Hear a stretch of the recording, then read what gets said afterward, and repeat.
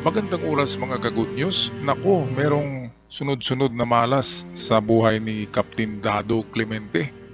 Dahil sa hindi lang si General Torre ang nagsampa ng kaso sa kanya eh. Kasama pa pala itong 5 PBBM vlogger na ito. Si kapatid na Alice ay nagsampa rin ng kaso kasama yung mga sikat na PBBM vloggers kay Torre.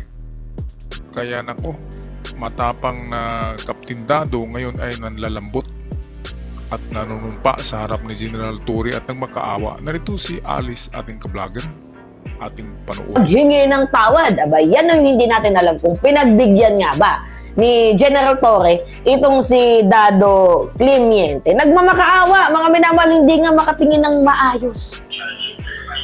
Yan si General Torre. Ha? Yan.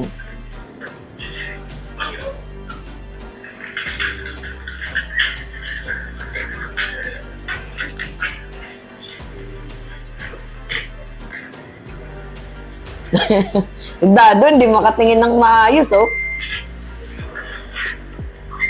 We have filed a counter affidavit filed by respondent, Mr. Clemente G. Enrique.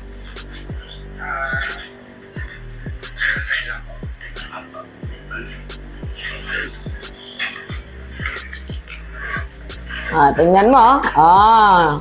Pasilip na pag-video.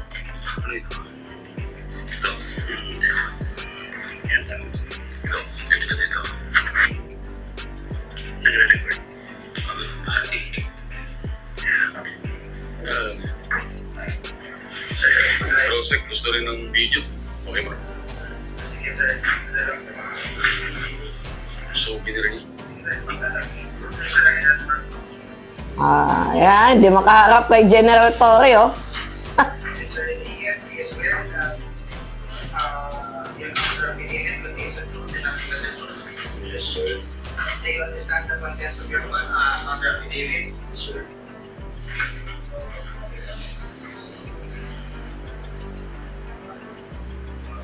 Do you swear that you executed this counter affidavit voluntarily and you are not coerced? No, sir. Yes, sir.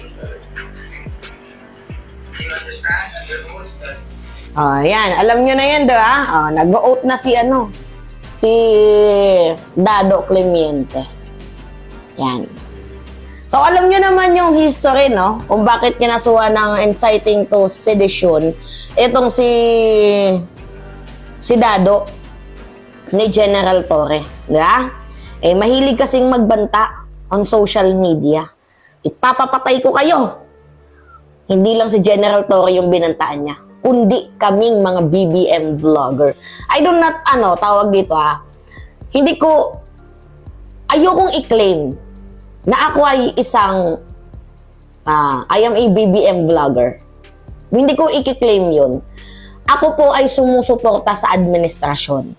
Pero still, kasama kami sa mga tinitreat ni Dado Clemente, the fact na kami ay sumusuporta kay Pangulong Bongbong Marcos. Di ba? Pati daw yung pamilya namin, sisilaban niya. Yan yung sabi ni Dado Clemente. Kaya nga, ang nangyari mga minamahal, kami din. Nag-file din kami ng kaso, pabalik laban sa kanya. Di ba? Pinuntahan din namin itong si General Torre. Natatandaan ninyo mga minamahal? Noong mga nakaraang linggo, pinuntahan namin si General Torre. Hinahanap ko yung picture kung saan pinuntahan namin itong si General Torre. Yan o. Yan si Mima. Pakita nga natin yung malakihang picture mga minamahal. Yan. Yan kami. Katabi ko pa si General Torre, General Torre, katabi ko. Nandyan si Mike Cervera. Yan. Biyahe ni Koy. At si best friend Takero. Yan. Nag-file kami. Nag-file kami ng case laban kay Dado Clemente sa ginagawa niyang threat sa amin. So, due process pa din. Due process. And I think, mga minamahal, sa grupo namin, parang nag-message itong si Dado Clemente na wag ituloy. 'Di ba? Kung po pwede lang, wag ituloy. Kaya niya daw makipag-areglo. Pero syempre, sa grupo namin, walang are-areglo. Panagutin mo ang ginawa mong kasalanan. Hindi po pwede yun. Kaya magte-threat ka tapos sasabihin mo, pwede bang areglo na lang? Hindi pwede yun.